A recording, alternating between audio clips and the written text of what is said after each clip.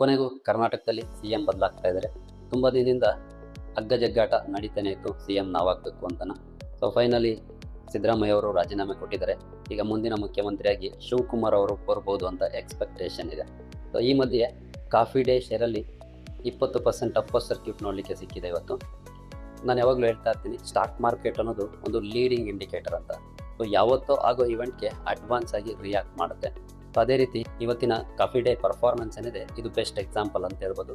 ಯಾಕೆಂತಂದರೆ DK ಶಿವಕುಮಾರ್ ಅವ್ರಿಗೂ ಹಾಗೂ ಕಾಫಿ ಡೇ ಫೌಂಡರ್ ಫ್ಯಾಮಿಲಿ ಏನಿದೆ ಅವರ ಫ್ಯಾಮಿಲಿಗೂ ಡೈರೆಕ್ಟ್ ಸಂಬಂಧ ಇದೆ. ಏಕೆಂದರೆ DK ಶಿವಕುಮಾರ್ ಅವರ ಮಗಳೇನಿದ್ದಾರೆ ಐಶ್ವರ್ಯ ಶಿವಕುಮಾರ್, ಅವರು ಕಾಫಿ ಡೇ ಫೌಂಡರ್ ಸಿದ್ಧಾರ್ಥ್ ಅವರ ಮಗನ ಮದುವೆ ಆಗಿರೋದು. ಸೊ ಫ್ಯಾಮಿಲಿಗೆ ಡೈರೆಕ್ಟ್ ಲಿಂಕ್ ಇರೋದ್ರಿಂದ ಇವತ್ತು ಸ್ಟಾಕಲ್ಲಿ DK ಶಿವಕುಮಾರ್ ಅವರು ಮುಂದಿನ ಮುಖ್ಯಮಂತ್ರಿ ಆಗ್ಬೋದು ಅನ್ನೋ ಎಕ್ಸ್ಪೆಕ್ಟೇಷನ್ ಮೇಲೇ ಸ್ಟಾಕಲ್ಲಿ ಈ ರೀತಿ ರ್ಯಾಲಿ ಬಂದಿದೆ. ಇನ್ಮೇಲೆ ಇದೇ ರೀತಿಯ ಅಪ್ಡೇಟ್ಗಳನ್ನು ನಮ್ಮಿಂದ ಎಕ್ಸ್ಪೆಕ್ಟ್ ಮಾಡ್ಬೋದು. ಹಾಗಾಗಿ ಫಾಲೋ ಮಾಡಿ, ಜೊತೆಗೆ ಪರಿಚಯದವರಿಗೆ ಶೇರ್ ಕೂಡ ಮಾಡಿ.